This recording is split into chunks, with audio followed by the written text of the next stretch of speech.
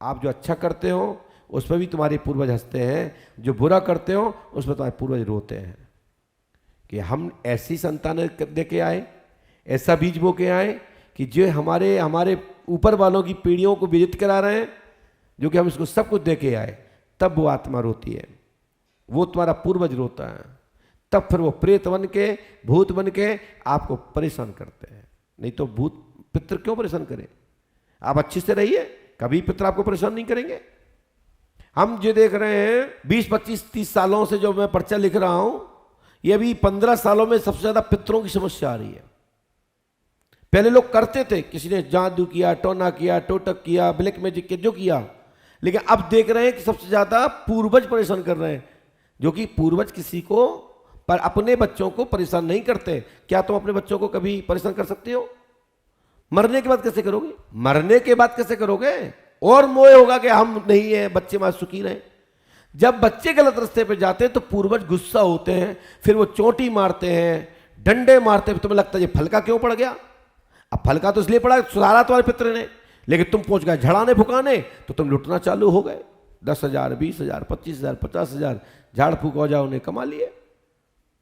और यदि तुम्हारे पितर मजबूत नहीं हुआ तो तुम्हारे पितर बन गए, और बंध गए तो तुम्हारे ऊपर रक्षा करने वाला कोई नहीं बचा। दूसरा कोई प्रेत बाहर का घुस गया तो तुम्हारा और सो पड़ा सब। इसलिए अपने घर के पूर्वजों को, पितरों को जरूर याद करा करो।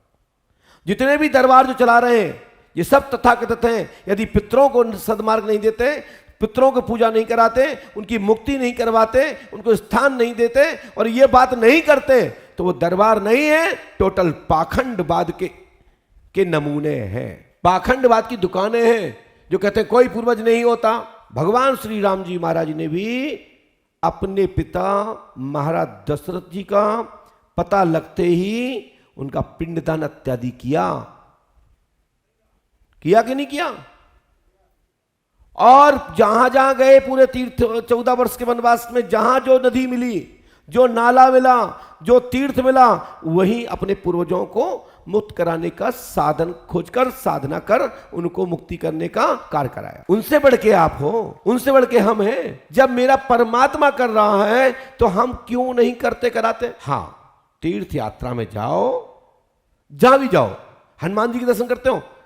हमारे पूर्वज जो सुन पा रहे हैं, जिनको मैं जानता हूं, नहीं जानते, मेरी यदि आवाज सुन रहे हो तो आए, हनुमान जी को प्रणाम करें। जो भी तीर्थ में जाएं, आपका पूर्वज वहां ना आए तो मेरे से कहना, और आपको फीलिंग ना हो तो हमसे कहना। कैसे फीलिंग आएगी?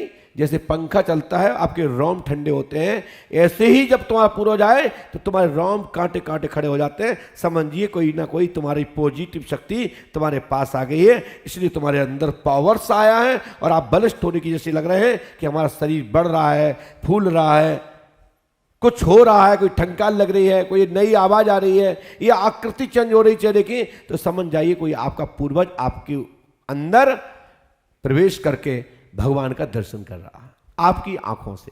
कहीं भी जाओ, इलाहाबाद भी जाओ, अली प्रयागराज, वहां भी कहो गंगा मैया में बीच में खड़े होकर के प्रार्थना करो, आंखें बंद करो और कहो, हे मेरे पूर्वजों, जो कृपा कर रहे हैं या जो मुझे सुन पा रहे हैं, जो मुक्ति की तलाश में है, आज के युग में हम यही कर सकते हैं, यही साधन है।